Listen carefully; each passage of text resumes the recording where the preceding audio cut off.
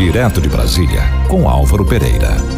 9h04 na programação da Gerais FM nessa terça-feira, dia 16 de março de 2021.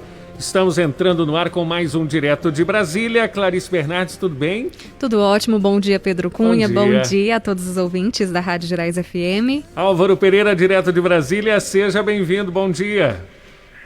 Oi, Pedro. Bom dia. Seja bem-vindo também de volta ao trabalho, não é? Pois é, graças a Deus, recuperado aí do Covid.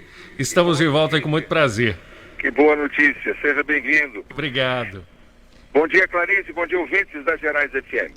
Bom dia, Álvaro. Bom, nesta terça-feira, com notícias boas relacionadas à saúde também do Pedro, né? A gente começa também falando da saúde e principalmente do Ministério da Saúde do Brasil. A gente teve mais uma vez uma mudança aí das cadeiras. Saiu Eduardo Pazuello, comunicado ontem, a gente teve a inserção de Marcelo Queiroga. O que a gente pode dizer, Álvaro, quando a gente fala da inserção de Marcelo Queiroga como ministro da Saúde a partir de agora? Como a gente pode analisar essa entrada dele nesse cargo aí, em meio a esse cenário da pandemia, com o início da vacinação em todos os estados brasileiros?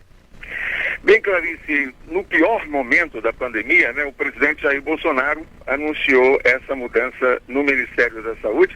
Sai o general Eduardo Pazuello, que era extremamente fiel ao presidente, e entra o médico Marcelo Queiroga, ele que é paraibano, presidente da Sociedade Brasileira de Cardiologia, mas também ligado à família Bolsonaro, principalmente ao senador Eduardo Bolsonaro.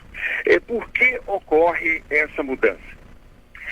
O agravamento da pandemia deixou muito claro, se expôs muito claramente as deficiências do governo no planejamento do combate ao coronavírus no Brasil.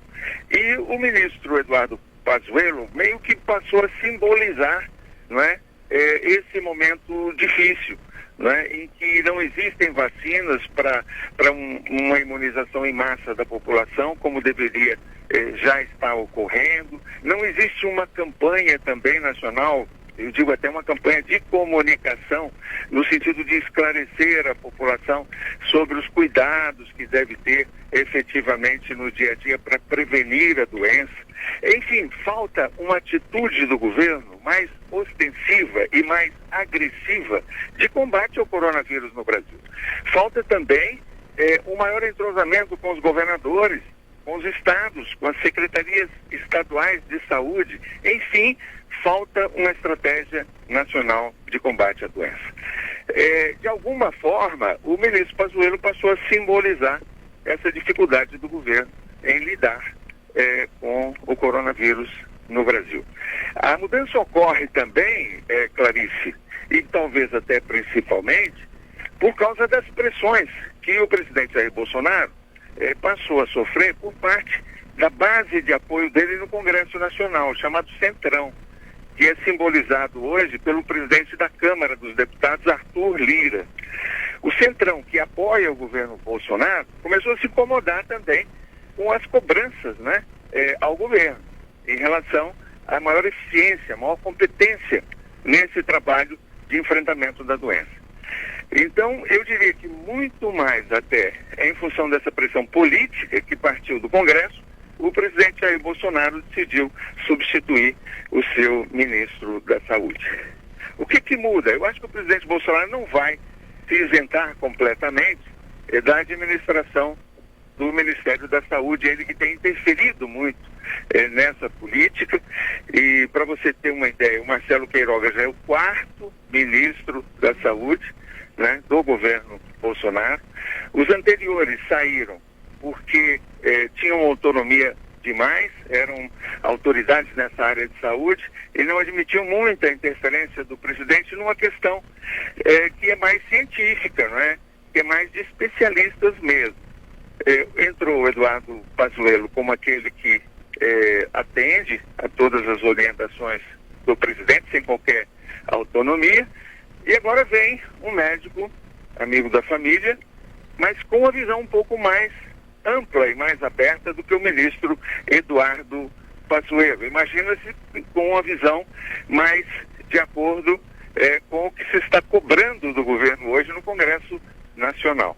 Então, Marcelo Queiroga, que é médico, chega prometendo um maior diálogo com a classe médica brasileira, ouvir mais os médicos, ouvir mais os especialistas, os cientistas, não é? E estabelecer também um maior diálogo com os próprios governos estaduais. Então, houve uma arejada, não é, na administração da saúde com essa substituição, mas é preciso que isso se traduza em medidas concretas e também em melhores índices, né, de resultados na vacinação. É preciso agilizar o processo de imunização da população brasileira.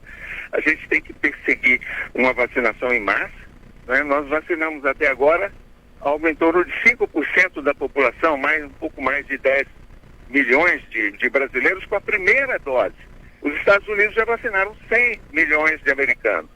Então, a gente perdeu um pouco essa batalha da vacina. A gente subestimou um pouco a doença na fase inicial, né? E deixou de criar mais alternativas de compra de vacinas de vários laboratórios, de forma que a gente pudesse ter essa vacina rapidamente, né? Como alguns países já conseguiram no mundo inteiro. Então, a gente ficou um pouco para trás nessa questão das vacinas, porque o governo não agiu com previdência. Álvaro, agora com essa chegada, né, do Marcelo Queiroga, será que a gente pode esperar esse avanço aí no lado da vacina, a abertura para outras empresas produtoras de vacinação, a compra ou investimento para esse mercado de forma mais imediata aqui para o Brasil? Eu acho que sim, e houve também uma abertura, né, criada pelo Congresso Nacional com uma legislação específica para que estados e municípios possam também adquirir vacinas. Eu me lembro que nós já tratamos disso no Direto de Brasília, uma vez você me perguntou sobre isso, e eu disse que achava muito difícil que pudesse ocorrer porque faltava um embasamento jurídico, não tinha uma legislação que permitisse que estados e municípios pudessem também adquirir vacinas fora daquele Plano Nacional de Imunização que é determinado pelo Ministério da Saúde. Mas isso aconteceu por via do Congresso Nacional, que aprovou essa lei regulamentando a aquisição de vacinas também por parte de estados e municípios, e isso já está ocorrendo. Existe lá uma frente de governadores do Nordeste e essa frente já está adquirindo aquela vacina Sputnik da Rússia. Alguns municípios já começaram também a adquirir vacinas fora, né, do Plano Nacional de Imunização. A gente não sabe ainda como isso vai funcionar bem na prática, certo? Como é que o Plano Nacional, que foi estabelecido e gerido pelo SUS, né, pelo Sistema Único de Saúde, vai acolher essas vacinas que virão de estados e municípios. Mas é uma boa notícia também, porque mais uma frente de aquisição de vacinas perseguindo ali a imunização em massa da população brasileira. Ontem, ao deixar o Ministério da Saúde, na última entrevista, o ministro Eduardo Pazuello anunciou também a compra de 100 milhões de doses de vacinas da Pfizer. E foi uma polêmica muito grande com o governo. A Pfizer não se entendia com o Ministério da Saúde e vice-versa. Essas vacinas da Pfizer já poderiam estar sendo utilizadas no Brasil desde dezembro do ano passado. Então, só agora estão sendo adquiridas 100 milhões de doses da vacina da Pfizer e 38 milhões de doses da vacina da Janssen, que é daquele grupo Johnson & Johnson. E essa vacina da Janssen tem uma vantagem enorme, que é de poder imunizar com apenas uma dose.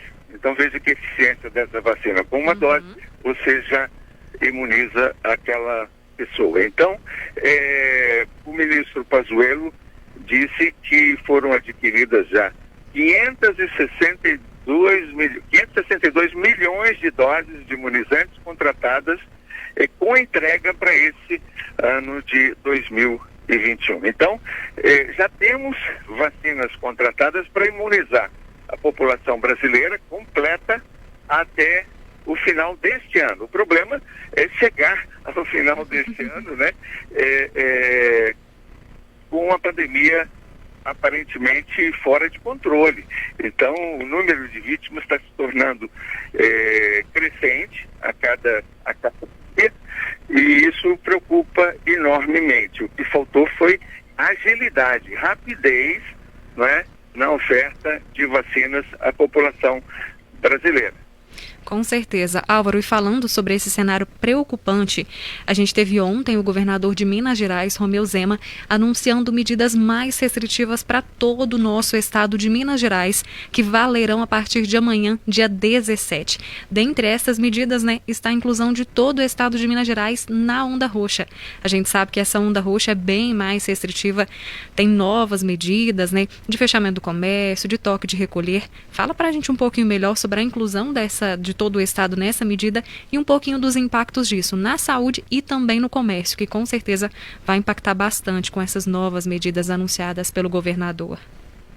Sem dúvida, o governador Romeu Zema, anunciou ontem à noite, confirmou que todas as regiões do estado serão inseridas na onda roxa daquele programa Minas Consciente.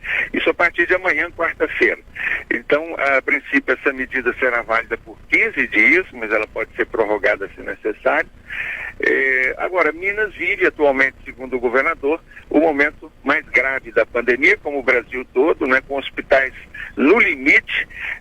Em Belo Horizonte, a ocupação de leitos de terapia intensiva chegou a 93,4% ontem. Então, é uma situação muito preocupante. As medidas são duras, mas infelizmente necessárias nesse momento de descontrole da pandemia. Isso é o que é o termo correto. Eu acho que é um descontrole completo da pandemia nesse momento. O Brasil registrou um novo recorde na média de mortes por Covid-19 ontem, foram 1.855 o país por dia, o país se aproxima de 280 mil óbitos, com curva subindo em 23 estados e no Distrito Federal. Em 24 horas foram 1.275 vítimas da doença.